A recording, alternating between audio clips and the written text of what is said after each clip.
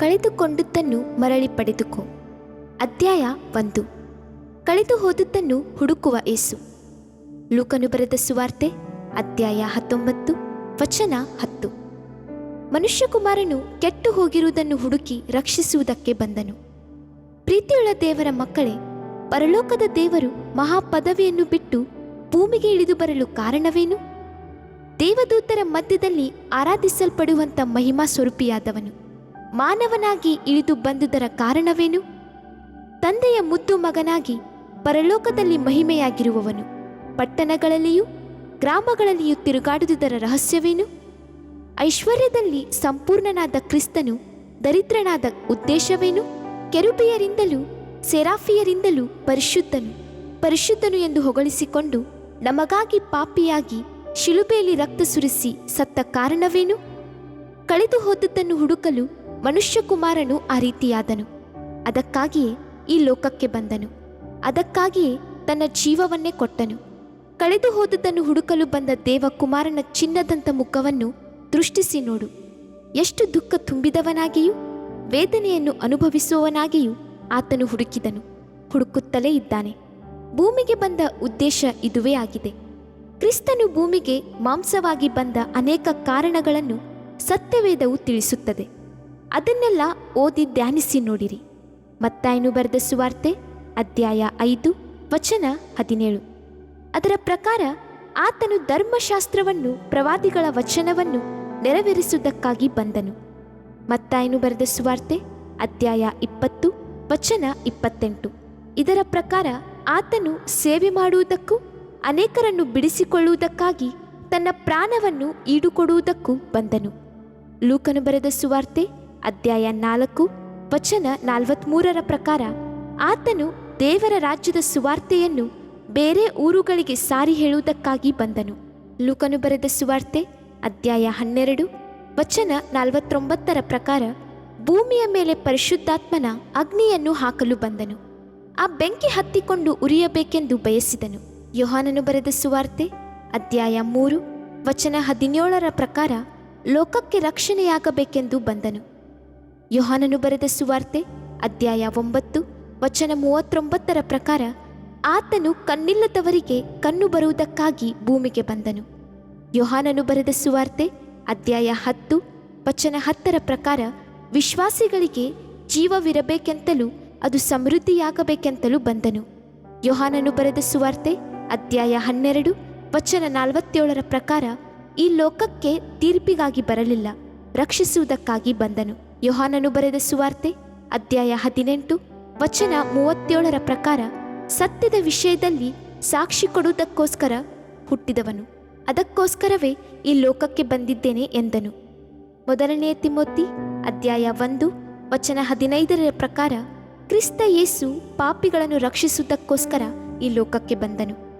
ಕ್ರಿಸ್ತನು ಭೂಮಿಗೆ ಬಂದಂಥ ಕೆಲವು ಕಾರಣಗಳನ್ನು ಮೇಲೆ ಹೇಳಿದಂಥ ವಚನಗಳು ಹೇಳಿದರೂ ಕೂಡ ಕಳೆದುಕೊಂಡಿದ್ದನ್ನು ಅಥವಾ ಕೆಟ್ಟು ಹೋಗಿರುವುದನ್ನು ರಕ್ಷಿಸಲು ಬಂದ ದೇವರ ಉದ್ದೇಶವು ನಮ್ಮ ಹೃದಯವನ್ನು ಆಳವಾಗಿ ಮುಟ್ಟುವುದು. ಕೆಟ್ಟು ಹೋಗುವುದು ಎನ್ನುವಂಥದ್ದು ವೇದನೆಯಾದದ್ದು. ಅದರಲ್ಲೂ ಪ್ರೀತಿಯ ತಂದೆ ತನ್ನ ಮಕ್ಕಳನ್ನು ಕಳೆದುಕೊಳ್ಳುವಾಗ ಆ ವೇದನೆ ಸಹಿಸಲು ಸಾಧ್ಯವಾದದ್ದು. ಪ್ರೀತಿ ತುಂಬಿದಂಥ ಯೇಸುವಿನ ಮುಖವನ್ನು ದೃಷ್ಟಿಸಿ ನೋಡಿರಿ. ಕಳೆದು ಹೋದದ್ದನ್ನು ಹುಡುಕುವ ಆತನ ಮುಖವು ಎಷ್ಟು ದುಃಖದಿಂದ ತುಂಬಿದೆ. ಸತ್ಯವೇದವು ಅದನ್ನು ವರ್ಣಿಸುವಾಗ ದುಃಖವುಳ್ಳ ದೇವರು ಎಂದು ಹೇಳುತ್ತದೆ. ಆತನು ದುಃಖದಿಂದಲೇ ಮಾನವ ಕುಟುಂಬವನ್ನು ಹುಡುಕಿ ನಡೆದನು. ಕಪೆರ್ನೌಮಿನಲ್ಲಿ, ಯೆರೂಸಲೇಮಿನಲ್ಲಿ, ಯೂದಾಯದಲ್ಲಿ ದುಃಖ ತುಂಬಿದವನಾಗಿಯೂ ಮಾನವ ಕುಲವನ್ನು ಹುಡುಕಿ ನಡೆದನು. ಕಾಣದೆ ಹೋದ ಕುರಿಗಳಂತಿರುವ ಜನರನ್ನು ನೋಡಿ ಮನಮರುಗಿದನು. ಆತನು ಜನರ ಗುಂಪುಗಳನ್ನು ನೋಡಿ ಅವರು ಕುರುಬನಿಲ್ಲದ ಕುರಿಗಳ ಹಾಗೆ ತೊಳಲಿ ಬಳಲಿ ಹೋಗಿದ್ದಾರಲ್ಲ ಎಂದು ಅವರ ಮೇಲೆ ಕನಿಕರಪಟ್ಟನು. ಕೆಲವು ಸಮಯಗಳಲ್ಲಿ ಆತನು ಹಸಿವೆಯಿಂದಲೂ ದಾಹದಿಂದಲೂ ಜನರನ್ನು ಹುಡುಕಿ ತಿರುಗಿದನು. ಕೆಟ್ಟು ಹೋಗಿರುವುದನ್ನು ಹುಡುಕುವ ಹಾಗೆ ಆತನು ಈ ಭೂಮಿಗೆ ಬಂದ ಉದ್ದೇಶವನ್ನು ಆತನು ಮರೆತು ಬಿಡಲಿಲ್ಲ. ಕೆಟ್ಟು ಹೋದ ಒಬ್ಬ ಸಮಾರ್ಯ ಸ್ತ್ರೀಯನ್ನು ಹುಡುಕಿ ಮಧ್ಯಾಹ್ನದ ಬಿಸಿಲನ್ನು ಲೆಕ್ಕಿಸದೆ ನಡೆದು ಬಂದು ಸಮಾರ್ಯದ ಬಾವಿಯ ಬಳಿ ನಿಂತನು. 38 ವರ್ಷಗಳಿಂದಲೂ ಬೆತ್ಸದಾ ಕೊಳದ ಹತ್ತಿರವೇ ಮಲಗಿದ್ದ ಒಬ್ಬ ವ್ಯಾಧಿ ಪೀಡಿತನನ್ನು ಹುಡುಕಿ ಬೆತ್ಸದಾ ಕೊಳದ ಬಳಿಗೆ ಬಂದನು. ಸಮಾಜದಿಂದ ತಿರಸ್ಕರಿಸಲ್ಪಟ್ಟ ಅಲ್ಪನೆಂದು ಎನಿಸಲ್ಪಟ್ಟಿದ್ದ ಜಕ್ಕಾಯನನ್ನು ಹುಡುಕಿ ರಕ್ಷಿಸಲು ಆಲದ ಮರವನ್ನೇರಿ ಕುಳಿತಿದ್ದವನನ್ನು ದೃಷ್ಟಿಸಿ ನೋಡಿದನು. ಒಂದು ಕುರಿಯಾದರೂ ತಪ್ಪಿಸಿಕೊಂಡು ಹೋಗುವುದನ್ನು ಆತನು ಇಷ್ಟಪಡುವುದಿಲ್ಲ. ಕಳೆದುಕೊಳ್ಳಲು ಇಷ್ಟಪಡದ ಆತನು ಈಗಲೂ ಹುಡುಕುತ್ತಲೇ ಇದ್ದಾನೆ. ಈ ವಚನವನ್ನು ಮತ್ತೆ ಮತ್ತೆ ಧ್ಯಾನಿಸಿ ನೋಡಿರಿ. ಕ್ರಿಸ್ತನ ಅಂಗಲಾಚುವಿಕೆಯನ್ನು ನೀವು ತಿಳಿದುಕೊಳ್ಳುತ್ತೀರಿ. ಆತನ ನಿಟ್ಟುಸಿರು ನಿಮ್ಮ ಕಿವಿಗಳಲ್ಲಿ ಬೀಳುತ್ತದೆ. ಕಳೆದು ಹೋದದ್ದನ್ನು ಹುಡುಕುವುದು ಎಂತಹ ವೇದನೆಯನ್ನುಂಟು ಮಾಡುವ ಕಾರ್ಯವಾಗಿದೆ.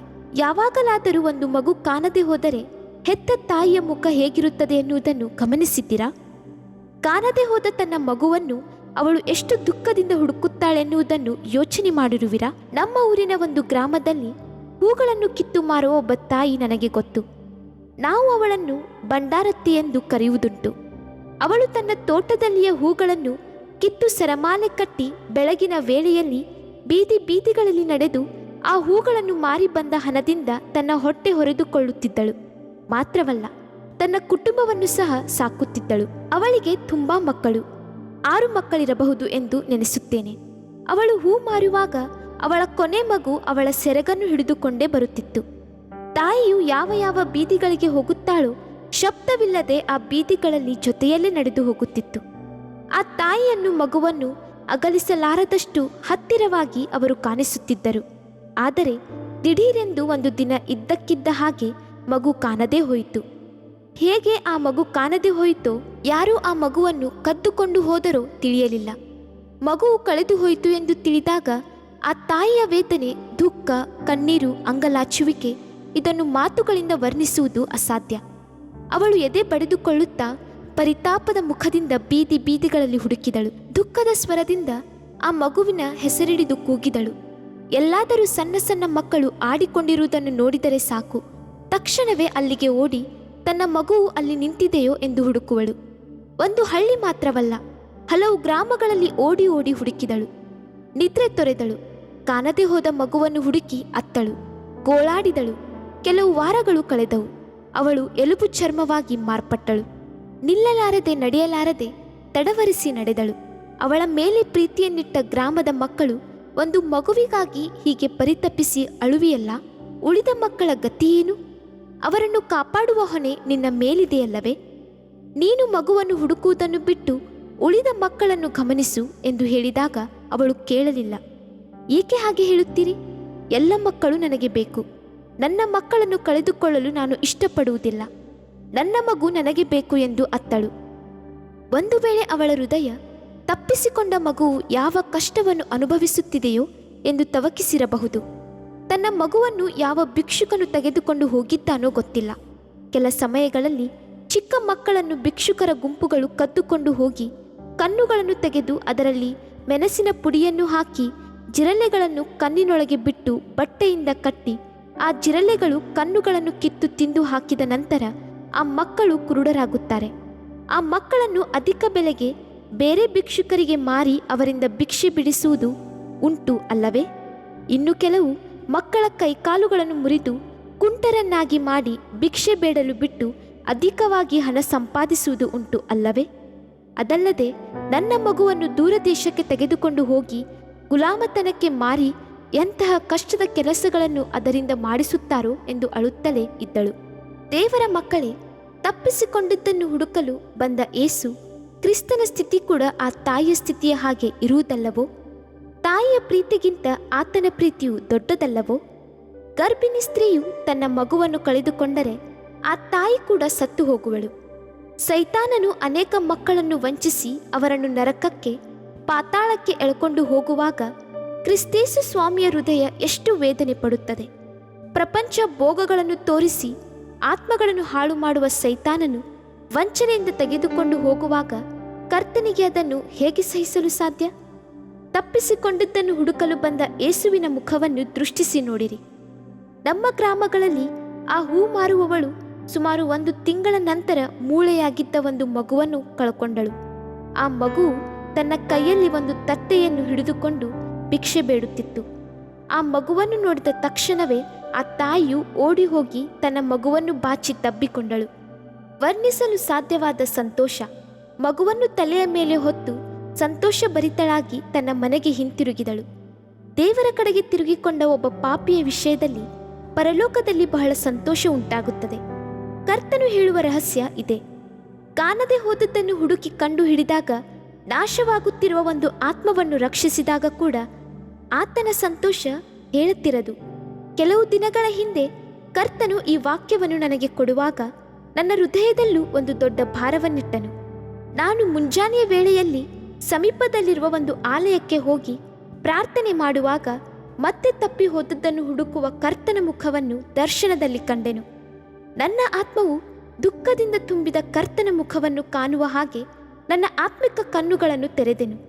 ಈಗಲೂ ಸಹ ಆತನು ಗ್ರಾಮಗಳಲ್ಲೂ ಹಳ್ಳಿಗಳಲ್ಲೂ ನಗರಗಳಲ್ಲಿಯೂ ನಡೆದು ತಪ್ಪಿ ಹೋದದ್ದನ್ನು, ಕಳೆದು ಹೋದ ಕುರಿಗಳನ್ನು ಹುಡುಕುವ ಹಾಗೆ, ತಾಯಿ ತನ್ನ ಮಗುವನ್ನು ಹುಡುಕುವ ಹಾಗೆ ಆತನು ಆತುರದಿಂದ ಹುಡುಕುತ್ತಲೇ ಇದ್ದಾನೆ. ದೇವರ ಮಗುವೆ, ಆತನು ನಿನ್ನನ್ನು ಕಳೆದುಕೊಳ್ಳಲು ಎಂದೂ ಸಿದ್ಧನಿಲ್ಲ. ನೀನು ಆತನಿಗೆ ಬೇಕು. ನಿನ್ನ ಆತ್ಮನ ಬಿಡುಗಡೆ ಆತನ ದೃಷ್ಟಿಗೆ ಬಹಳ ಬೆಲೆಯುಳ್ಳದ್ದಾಗಿದೆ. ನಿನ್ನನ್ನು ಹುಡುಕಿ ಆತನು ಬಂದಿದ್ದಾನೆ. ಒಂದು ವೇಳೆ ನೀನು ಆತನನ್ನು ತಿರಸ್ಕರಿಸಿರಬಹುದು, ಆತನನ್ನು ಅಸಡ್ಡೆ ಮಾಡಿರಲೂಬಹುದು. ಆತನು ಹೃದಯದಾಳದಿಂದ, ಆತ್ಮದಾಹದಿಂದ ಈಗಲೂ ನಿನ್ನನ್ನು ಹುಡುಕಿ ಬಂದಿದ್ದಾನೆ ಎಂಬುದನ್ನು ಮರೆಯಬೇಡ. ಹೌದು, ನೀನು ಆತನಿಗೆ ಬೇಕು. ಎಫ್ರಾಯಿಮೇ, ನಾನು ನಿನ್ನನ್ನು ಹೇಗೆ ತ್ಯಜಿಸಲಿ? ಇಸ್ರಾಯೇಲೇ, ನಾನು ನಿನ್ನನ್ನು ಹೇಗೆ ತ್ಯಜಿಸಲಿ? ನನ್ನೊಳಗೆ ಮನಸ್ಸು ತಿರುಗಿತು, ಕರುಳು ತೀರಾ ಮರುಗಿತು, ಹೇಗೆ ನಾಶ ಮಾಡಲಿ ಎಂದು ದುಃಖಪಡುತ್ತಿದ್ದಾನೆ. ಒಬ್ಬ ಹೆಂಗಸು ತಾನು ಹೆತ್ತ ಮಗುವಿನ ಮೇಲೆ ಕರುಣೆ ಇಡದೆ ತನ್ನ ಮೊಲೆ ಕೂಸನ್ನು ಮರೆತಾಳೆ. ಒಂದು ವೇಳೆ ಮರೆತಾಳು, ನಾನಾದರೆ ನಿನ್ನನ್ನು ಮರೆಯೇನು ಎಂದು ನಿನ್ನ ಮೇಲಿರುವ ಪ್ರೀತಿಯನ್ನು ತೋರ್ಪಡಿಸುತ್ತಾನೆ. ಪ್ರೀತಿಯುಳ್ಳ ದೇವರ ಮಕ್ಕಳೇ, ನೀವು ಒಂದು ವೇಳೆ ಕರ್ತನು ಪ್ರೀತಿಯುಳ್ಳವನು ಎಂದು ತಿಳಿದಿರಬಹುದು. ಗಾಡ್ ಈಸ್ ಲವ್ ಎನ್ನುವುದನ್ನು ಎಲ್ಲರೂ ಹೇಳುತ್ತಾರೆ. ಆದರೆ ನಮ್ಮ ದೇವರು ಪ್ರೀತಿಗಾಗಿ ತವಕಿಸುವ ದೇವರು, ನಮ್ಮಿಂದ ಪ್ರೀತಿಯನ್ನು ಅಪೇಕ್ಷಿಸುವವನು ಎಂದು ನಾವು ತಿಳಿದಿರುವೆವು. ಆತನು ನಮ್ಮನ್ನು ಹುಡುಕಿ ದುಃಖದಿಂದ ನಡೆದು ಬರುತ್ತಾನೆ ಎಂಬುದನ್ನು ಎಂದಾದರೂ ಚಿಂತಿಸುವಿರಾ? ತನ್ನ ಪಾದಗಳಲ್ಲಿ ರಕ್ತ ಸುರಿಯುತ್ತಿದ್ದರೂ ಲೆಕ್ಕಿಸದೆ ಕಲ್ಲುಗಳಲ್ಲೂ ಮುಳ್ಳುಗಳಲ್ಲೂ ನಡೆದು ಆತನು ನಮ್ಮನ್ನು ಹುಡುಕಿ ಬಂದನೆಂಬುದನ್ನು ಎಂದಾದರೂ ಯೋಚಿಸುವಿರಾ? ನಾವು ಆತನನ್ನು ಸ್ತುತಿಸುವುದಿಲ್ಲವೇ? ನಾವು ಸ್ತೋತ್ರ ಹೇಳುವವರಾಗಿರಬೇಕೆಂದು ಆತನು ಪ್ರೀತಿಯಿಂದ ಎದುರು ನೋಡುವವನಾಗಿದ್ದಾನೆ. ನಮ್ಮ ದೇವರು ಆದಿಯಿಂದಲೂ ದುಃಖದಿಂದ ತುಂಬಿದವನಾಗಿಯೇ ಇರುವುದರಿಂದಲೇ ತಾನು ಸೃಷ್ಟಿಸಿದ ದೇವದೂತರಲ್ಲೊಬ್ಬರನ್ನಾಗಿ ಉದಯದ ನಕ್ಷತ್ರದ ಕೆಳಗೆ ಬಿದ್ದಾಗ ಆ ಬೀಳುವಿಕೆಯನ್ನು ಆತನಿಂದ ಸಹಿಸಲಾಗಲಿಲ್ಲ. ಆತನು ಅವನನ್ನು ಬಹಳವಾಗಿ ಮಹಿಮೆ ಪಡಿಸಿದ್ದನು. ಆದರೆ ಅವನಾದರೂ ಕರ್ತನಿಗೆ ವಿರೋಧವಾಗಿ ತಿರುಗಿ ಬಿದ್ದು ತನ್ನನ್ನೇ ಮಹಿಮೆ ಪಡಿಸಿಕೊಂಡಿದ್ದರಲ್ಲಿಯೇ ಪರಲೋಕದಿಂದ ದೊಬ್ಬಲ್ಪಟ್ಟನು. ಆ ದುಃಖವನ್ನು ನಿವಾರಿಸಿಕೊಳ್ಳಲು ಕರ್ತನು ಮನುಷ್ಯನನ್ನು ಸೃಷ್ಟಿಸಿದನು. ಜೇಡಿ ಮಣ್ಣಿನಿಂದ ಮನುಷ್ಯನನ್ನು ಉಂಟುಮಾಡಿ ಜೀವ ಶ್ವಾಸವನ್ನು ಊದಿ ಜೀವಾತ್ಮವುಳ್ಳವನನ್ನಾಗಿ ಮಾಡಿದನು. ಸಂಜೆಯ ತಂಗಾಳಿಯ ಸಮಯದಲ್ಲಿ ಏದೆನ್ ತೋಟದಲ್ಲಿ ಸಂಚರಿಸುವುದು ಆತನ ಅಭ್ಯಾಸವಾಗಿತ್ತು. ಮನುಷ್ಯ ಮಕ್ಕಳೊಂದಿಗೆ ಅನುದಿನವೂ ಸಂಭಾಷಿಸುವುದು ಆತನಿಗೆ ಬಹಳ ಸಂತೋಷದ ಸಂಗತಿಯಾಗಿತ್ತು. ಆ ಸಮಯವು ಆತನಿಗೆ ಸಂತೋಷಕರವಾಗಿಯೂ ಆಹ್ಲಾದಕರವಾಗಿಯೂ ಇತ್ತು. ಆ ಸಂದರ್ಭವನ್ನು ಯಾವಾಗಲೂ ಎದುರು ನೋಡುತ್ತಿದ್ದ ದೇವರಿಗೆ ಒಂದು ದಿನ ಒಂದು ದೊಡ್ಡ ಆಘಾತ ಕಾದಿತ್ತು. ಕಾರಣ, ಸೈತಾನನು ಆದಾಮನನ್ನು ಹವ್ವಳನ್ನು ವಂಚಿಸಿದನು ಮತ್ತು ತನ್ನ ಕಡೆಗೆ ಅವರನ್ನು ಸೆಳೆದುಕೊಂಡನು. ದೇವರು ತಿನ್ನಬಾರದೆಂದು ಹೇಳಿದ ಮತ್ತು ಆಜ್ಞಾಪಿಸಿದ ಹಣ್ಣನ್ನು ಅವರಿಗೆ ತೋರಿಸಿ ತಿನ್ನುವಂತೆ ಪ್ರೇರೇಪಿಸಿದನು. ಪ್ರೀತಿಯುಳ್ಳ ದೇವರು ಆ ದಿನ ಆದಾಮನನ್ನು ಕಳೆದುಕೊಂಡನು. ಆದಾಮನೊಂದಿಗೆ ಸಂಚರಿಸಲು ಬಂದಾಗ ಅಲ್ಲಿ ಅವನನ್ನು ಕಾಣದೆ ಆತನ ಹೃದಯವು ಒಡೆಯಿತು. ನನ್ನ ಸಂತೋಷಕ್ಕೆ ಕಾರಣನಾದಂಥ ಆದಾಮನು ಎಲ್ಲಿ ಎಂದು ಹುಡುಕಿದನು. ನನ್ನೊಡನೆ ಸಂಚರಿಸಿದ ಆದಾಮನನ್ನು ಹುಡುಕಿದರೂ ಸಿಕ್ಕಲಿಲ್ಲ ಎಂದು ಪರಿತಪಿಸಿದನು. ಆತನ ಹೃದಯ ನೊಂದಿತು, ಒಡೆದು ಹೋಯಿತು. ಕಾಣದೆ ಹೋದದ್ದನ್ನು ಹುಡುಕಿ ಬಂದ ದೇವರು ಆ ಏದೆನ್ ತೋಟದಲ್ಲಿ ಒಂಟಿಯಾಗಿ ನಿಂತು, ಆದಾಮನೇ, ನೀನು ಎಲ್ಲಿರುತ್ತಿ ಎಂದು ದುಃಖದಿಂದ ಕೇಳಿದ್ದನ್ನು ಕ್ಷಣ ಹೊತ್ತು ಚಿಂತಿಸಿ ನೋಡಿರಿ. ಕಳೆದು ಹೋದುದಕ್ಕಾಗಿ ಸಹಿಸಲಾರದ ತಂದೆಯ ವಿರಹದ ಕೂಗು ಏದೆನ್ ತೋಟದಲ್ಲಿ ಪ್ರತಿಧ್ವನಿಸಿರಬಹುದು. ಒಬ್ಬ ಪ್ರೀತಿಯುಳ್ಳ ಯವನಸ್ಥ ಸಹೋದರನು ನನಗೆ ಗೊತ್ತು. ಅವನು ದೇವರಲ್ಲಿ ಭಯಭಕ್ತಿಯುಳ್ಳವನಾಗಿ ಬೆಳೆದನು. ಕರ್ತನ ಸೇವೆಯನ್ನು ಉತ್ಸಾಹದಿಂದ ಮಾಡಲು ಪ್ರಾರಂಭಿಸಿದನು. ಕೆಲವು ತಿಂಗಳ ಹಿಂದೆ ಅವನು ಸ್ಕೂಟರ್ನಲ್ಲಿ ಬರುತ್ತಿರುವಾಗ ಲಾರಿ ಅವನ ಮೇಲೆ ಹರಿದು ಅಪಘಾತಕ್ಕೀಡಾಗಿ ಗಂಭೀರ ಸ್ಥಿತಿಯಲ್ಲಿ ಆಸ್ಪತ್ರೆಗೆ ಸೇರಿಸಲ್ಪಟ್ಟನು. ಅವನು ಮರಣದೊಂದಿಗೆ ಹೋರಾಡುತ್ತಿದ್ದನು. ಜೀವಿತದ ಕೊನೆಗಳಿಗೆಗೆ ಅವನು ತಲುಪಿದನು. ಅವನು ಆಸ್ಪತ್ರೆಗೆ ಸೇರಿಸಲ್ಪಟ್ಟನು ಎಂಬ ಸುದ್ದಿಯನ್ನು ಕೇಳಿದ ತಕ್ಷಣವೇ ಅವನನ್ನು ನೋಡಿ ಪ್ರಾರ್ಥಿಸುವ ಸಲುವಾಗಿ ಹೋದೆನು. ಆದರೆ ಅದು ಅವನ ಕೊನೆಗಳಿಗೆಯಾಗಿತ್ತು. ನಾನು ಅವನ ಹತ್ತಿರ ಬಂದಾಗ ಅವನ ಕೊನೆ ಉಸಿರು ನಿಂತು ಹೋಯಿತು. ನಾನು ಬಂದ ಕೆಲವು ಕ್ಷಣಗಳಲ್ಲಿಯೇ ಅವನ ತಂದೆ ಆಸ್ಪತ್ರೆಯ ಮೆಟ್ಟಿಲುಗಳನ್ನು ದಾಟಿ ಓಡಿ ಬಂದರು. ಅವರ ಮಗನು ತೀರಿ ಹೋದ ವಿಷಯವನ್ನು ತಿಳಿಸಿದಾಗ ಅವರಿಗೆ ಸಹಿಸಿಕೊಳ್ಳಲಾಗಲಿಲ್ಲ. ಅವರು ತಮ್ಮ ಮಗನ ಹೆಸರನ್ನು ಕೂಗಿ ಕರೆದು, ನನ್ನ ಮಗನೇ ನೀನು ಎಲ್ಲಿರುವಿ, ನನ್ನ ಮಗನೇ ನೀನು ಎಲ್ಲಿರುವಿ ಎಂದು ಬಿಕ್ಕಿ ಬಿಕ್ಕಿ ಅತ್ತರು. ಪ್ರೀತಿಯುಳ್ಳ ಆ ತಂದೆಯ ಅಳುವಿನ ಕೂಗು ಕೇಳಿದಾಗ ಅಂದು ಏದೆನ್ ತೋಟದಲ್ಲಿ ಆದಾಮನೇ ನೀನು ಎಲ್ಲಿರುವಿ ಎಂದು ದೇವರು ಕೂಗಿ ಕರೆದ ಶಬ್ದ ಎಂಥದ್ದೆಂದು ತಿಳಿದುಕೊಳ್ಳಲು ಸಾಧ್ಯವಾಯಿತು. ದೇವರ ಮಗುವೆ ನೀನು ಎಲ್ಲಿರುವಿ, ನೀನು ಎಲ್ಲಿರುವಿ? ದೇವರ ಪ್ರೀತಿಯನ್ನು ಕಳೆದುಕೊಂಡಿರುವೆಯಾ? ಆರಂಭದ ಪ್ರೀತಿಯನ್ನು ಕಳೆದುಕೊಂಡಿರುವೆಯಾ? ಕರ್ತನ ಅನ್ಯೋನ್ಯತೆಯನ್ನು ಕಳೆದುಕೊಂಡಿರುವೆಯಾ? ಎಲ್ಲಿರುವಿ? ಮೊದಲು ನಿನಗೆ ದೇವರ ಅನ್ಯೋನ್ಯತೆಯು ಸಂತೋಷವಾಗಿಯೂ ಆನಂದಕರವಾಗಿಯೂ ಇದ್ದಿತಲ್ಲ. ಈಗ ಎಲ್ಲಿರುವಿ? ಕರ್ತನ ಸೇವೆಯನ್ನು ಮಾಡಲು ಉತ್ಸಾಹದಿಂದ ಹೊರಡುತ್ತಿದ್ದೀಯಲ್ಲ. ಈಗ ನಿನ್ನ ಸ್ಥಿತಿ ಹೇಗಿದೆ? ಬಿದ್ದು ಹೋಗಿರುವೆಯಾ? ಈ ಲೋಕ ನಿನ್ನನ್ನು ವಂಚಿಸಿದ್ದೆ. ನೀನು ಎಲ್ಲಿರುವಿ? ನಿನ್ನ ಪ್ರಾರ್ಥನಾ ಜೀವಿತೆಯಲ್ಲಿ, ನಿನ್ನ ಪರಿಶುದ್ಧತೆಯಲ್ಲಿ, ನಿನ್ನ ಒಳ್ಳೆಯ ಕಾರ್ಯಗಳಲ್ಲಿ, ನಿನ್ನ ಆತ್ಮನ ವರಗಳು ಕಾರ್ಯಗಳು ಎಲ್ಲಿ? ನೀನು ಎಲ್ಲಿರುವಿ? ಕರ್ತನು ನಿನಗಾಗಿ ಪರಿತಪಿಸುತ್ತಿದ್ದಾನೆ. ಕಳೆದುಕೊಂಡಿದ್ದು ನೀನು ಮಾತ್ರವಲ್ಲ, ಆದಾಮನ ಹವ್ವಳು ಮತ್ತು ನೀನು ಹೌದು. ಕರ್ತನು ಅಂದು ಆದಾಮ ಹವ್ವಳನ್ನು ಕಳೆದುಕೊಂಡನು, ಆದರೆ ಆದಾಮ್ ಹವ್ವರು ಎಲ್ಲವನ್ನೂ ಕಳೆದುಕೊಂಡರು. ದೇವರ ಪ್ರಸನ್ನತೆಯನ್ನು ಅನ್ಯೋನ್ಯತೆಯನ್ನು ಕಳೆದುಕೊಂಡು ಮರಗಳ ಮರೆಯಲ್ಲಿ ಅವಿತುಕೊಂಡರು.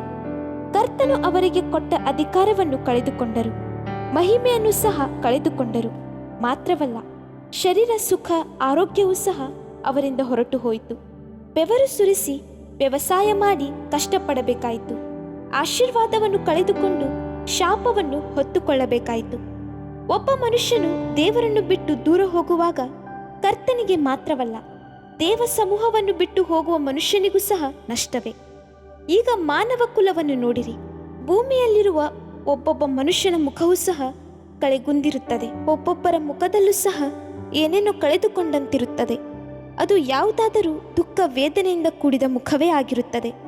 ಕೆಲವರು ಹಣಗಳನ್ನು ಕಳೆದುಕೊಂಡಿರಬಹುದು, ಕೆಲವರು ಐಶ್ವರ್ಯವನ್ನೇ ಕಳೆದುಕೊಂಡಿರಬಹುದು, ಕೆಲವರ ಜೀವನದಲ್ಲಿ ಅಂತಸ್ತನ್ನು ಅಧಿಕಾರವನ್ನು ಕಳೆದುಕೊಂಡಿರಬಹುದು, ಕೆಲವರು ಸಮಾಧಾನವನ್ನು ಸಂತೋಷವನ್ನು ಕಳೆದುಕೊಂಡಿರಬಹುದು. ಹೀಗೆ ಎಲ್ಲವನ್ನು ಕಳೆದುಕೊಂಡು ಜೀವಂತ ಹೆಣವಾಗಿ ಅಲೆದಾಡುತ್ತಿರುವುದುಂಟು. ಎಲ್ಲ ರೀತಿಯ ಕಳೆದುಕೊಳ್ಳುವಿಕೆಯನ್ನು ಕಾಣುವಾಗ ಎಲ್ಲದಕ್ಕಿಂತಲೂ ಭಯಂಕರವಾದ ಕಳೆದುಕೊಳ್ಳುವಿಕೆ ಒಂದುಂಟು. ಅದೇ ಮನುಷ್ಯನು ಆತ್ಮನಷ್ಟವನ್ನು ಹೊಂದುವುದು. ಒಬ್ಬ ಮನುಷ್ಯನು ಎಲ್ಲವನ್ನು ಕಳೆದುಕೊಂಡರೂ ಚಿಂತಿಲ್ಲ, ಆತ್ಮ ನಷ್ಟವಾಗಲೇಬಾರದು. ಏಕೆಂದರೆ ಆತ್ಮ ಬಹಳ ಬೆಲೆಯುಳ್ಳದ್ದು. ಬೇರೆ ಎಲ್ಲವನ್ನು ಕಳೆದುಕೊಂಡರೂ ಸಹ ತಿರುಗಿ ಪಡೆದುಕೊಳ್ಳಬಹುದು. ಕಳೆದುಕೊಂಡ ಹಣವನ್ನು ಸಂಪಾದಿಸಬಹುದು. ಕಳೆದುಕೊಂಡ ಆರೋಗ್ಯವನ್ನು ವೈದ್ಯರು ಕೊಡುವ ಟಾನಿಕ್ಗಳ ಸಹಾಯದಿಂದ ತಿರುಗಿ ಪಡೆದುಕೊಳ್ಳಬಹುದು. ಆದರೆ ಒಬ್ಬ ಮನುಷ್ಯನು ಆತ್ಮ ನಷ್ಟಪಟ್ಟರೆ ಅವನು ನಿತ್ಯ ನಿತ್ಯಕ್ಕೂ ವೇದನೆಯನ್ನು ಅನುಭವಿಸಬೇಕಾಗುತ್ತದೆ. ಒಬ್ಬ ಮನುಷ್ಯನು ಪಾಪ ಮಾಡುವಾಗ ಅವನ ಆತ್ಮ ನಷ್ಟವಾಗುತ್ತದೆ. ಮುಂದುವರೆದು ಪಾಪ ಮಾಡುತ್ತಲೇ ಇರುವಾಗ ಅವನ ಆತ್ಮ ಮರಣಿಸುತ್ತದೆ. ಪಾಪ ಮಾಡುವ ಆತ್ಮ ಸತ್ತೇ ಸಾಯುವುದು ಎಂದು ಸತ್ಯವೇದ ಹೇಳುತ್ತದೆ. ಒಬ್ಬನು ಪಾಪದಿಂದಲೇ ಸಾಯುವನು ಎನ್ನುವಾಗ ಅವನು ನಿತ್ಯವಾದ ತನ್ನ ಆತ್ಮವನ್ನು ನಷ್ಟಪಡಿಸಿಕೊಳ್ಳುವವನಾಗಿರುವನು. ಆ ಆತ್ಮವು ಪಾತಾಳಕ್ಕೆ ತಳ್ಳಲ್ಪಡುವುದು, ಅಗ್ನಿಹೊಂಡಕ್ಕೆ ಹಾಕಲ್ಪಡುವುದು. ಅಲ್ಲಿ ಗೋಳಾಟವನ್ನು, ಹಲ್ಲು ಕಡಿಯೋಣವನ್ನು ನಿತ್ಯ ಕಾಲಕ್ಕೂ ಅನುಭವಿಸಬೇಕಾಗುತ್ತದೆ. ನರಕದ ಅಗ್ನಿ ಆರುವುದಿಲ್ಲ, ಕಡಿಯುವ ಹುಳ ಸಾಯುವುದಿಲ್ಲ. ನರಕದ ಕೋಟ್ಯಾನುಕೋಟಿ ಪಿಶಾಚಿಗಳ ಮಧ್ಯದಲ್ಲಿ ಸಹಿಸಲಾರದ ವೇದನೆ ಎಂದೆಂದಿಗೂ ಅನುಭವಿಸುತ್ತಲೇ ಇರಬೇಕಾಗುತ್ತದೆ. ದೇವರ ಮಕ್ಕಳೇ, ನೀನು ಅಂಥ ಸ್ಥಿತಿಯನ್ನು ಅನುಭವಿಸುವಂಥದ್ದನ್ನು ನಿಮಗಾಗಿ ಜೀವವನ್ನೇ ಕೊಟ್ಟ ದೇವರು ಇಷ್ಟಪಡುತ್ತಾನೋ? ನಿನಗಾಗಿ ಮುಳ್ಳಿನ ಕಿರೀಟವನ್ನು ಧರಿಸಿದವನು ನಿನ್ನನ್ನು ಅನಾಥನನ್ನಾಗಿ ಕೈಬಿಡುವನು? ನೀನು ಈ ಪ್ರಪಂಚದಲ್ಲಿ ವೇಷವನ್ನು ಧರಿಸಿ ಪಾತಾಳಕ್ಕೆ ಹೋಗುವುದನ್ನು ಆತನು ಸಹಿಸುವನು? ಕಳೆದು ಹೋದುದನ್ನು ಹುಡುಕಿ ಬಂದ ದೇವರು ನಿನ್ನನ್ನು ಬಿಡುಗಡೆ ಮಾಡಲು ಈಗಲೇ ನಿನ್ನ ಬಳಿ ನಿಂತಿದ್ದಾನೆ. ಈಗ ಮನಮರುಗಿ ಆತನು ನಿನ್ನನ್ನು ನೋಡುತ್ತಿದ್ದಾನೆ. ಆತನು ನಿನಗೆ ದೂರವಾದವನಲ್ಲ. ಈಗಲೇ ಆತನು ನಿನ್ನ ಬಳಿಯಲ್ಲೇ ಸಮೀಪದಲ್ಲೇ ನಿಂತಿದ್ದಾನೆ. ನಿನ್ನ ಮೇಲೆ ಆತನು ವರ್ಣಿಸಲು ಶಕ್ಯವಾದ ಪ್ರೀತಿಯಿಂದ, ಅನಾದಿಯಿಂದಿದ್ದ ಸ್ನೇಹದಿಂದ ನಾನು ನಿನ್ನನ್ನು ಸ್ನೇಹಿಸಿದ್ದೇನೆ ಎಂದು ಹೇಳುತ್ತಿದ್ದಾನೆ. ಯೇಸುವಿನ ಬಳಿಗೆ ಬಾ, ಯೇಸುವಿನ ಬಳಿಗೆ ಬಂದು ಬಿಡು. ಅವನು ನಿನ್ನವನು, ನೀನು ಯೇಸು ಕ್ರಿಸ್ತನವನು. ನೀನು ನನ್ನ ಕಣ್ಣೀರು ಒರೆಸುವೆಯಾ? ನನ್ನ ಅಂಗಲಾಚುವಿಕೆಯನ್ನು ತೀರಿಸುವೆಯಾ? ನೀನು ನನ್ನ ಹೃದಯವನ್ನು ಸಂತೋಷಪಡಿಸುವೆಯಾ? ನನ್ನ ಪ್ರೀತಿಯ ದೇವರೇ, ನಾನು ನಿನ್ನನ್ನು ಕಳೆದುಕೊಳ್ಳಲು ಇಷ್ಟಪಡುವುದಿಲ್ಲ. ನಿನ್ನ ಪ್ರಸನ್ನತೆಯನ್ನು, ನಿನ್ನ ಸನ್ನಿಧಾನವನ್ನು ಕಳೆದುಕೊಳ್ಳಲು ಇಚ್ಛಿಸುವುದಿಲ್ಲ. ನಿನ್ನ ಕರುಣೆಯನ್ನು, ಕೃಪೆಯನ್ನು ಕಳೆದುಕೊಳ್ಳಲು ಇಚ್ಛಿಸುವುದಿಲ್ಲ. ನನ್ನನ್ನು ನಿನ್ನ ಮಗುವನ್ನಾಗಿ ಸ್ವೀಕರಿಸು ಎಂದು ಪ್ರಲಾಪಿಸು. ಇಂದು ನಿನ್ನ ಹೃದಯದಾಳದಿಂದ ನಿಜವಾಗಿಯೂ ನೀನು ಆತನನ್ನು ನೋಡಿ ಪ್ರಾರ್ಥಿಸುವುದಾದರೆ ಈಗಲೂ ದೇವರು ನಿನ್ನನ್ನು ತನ್ನ ಮಂದೆಯಲ್ಲಿ ಸೇರಿಸಿಕೊಳ್ಳುವನು. ಇದೇ ರಕ್ಷಣೆಯ ದಿನ, ಇದೇ ಸುಪ್ರಸನ್ನತೆಯ ಕಾಲ. ದೇವರ ಕಡೆಗೆ ತಿರುಗಿಕೊಳ್ಳುವ ಒಬ್ಬ ಪಾಪಿಯ ನಿಮಿತ್ತವಾಗಿ ಪರಲೋಕದಲ್ಲಿ ಬಹಳ ಸಂತೋಷ ಉಂಟಾಗುತ್ತದೆ. ಇಂದು ನಿನ್ನ ನಿಮಿತ್ತ ಪರಲೋಕದಲ್ಲಿ ಬಹಳ ಸಂತೋಷ ಉಂಟಾಗಿದೆ. ನೀನು ಕರ್ತನವನು, ಕರ್ತನು ನಿನ್ನವನು. ಆಮೆನ್.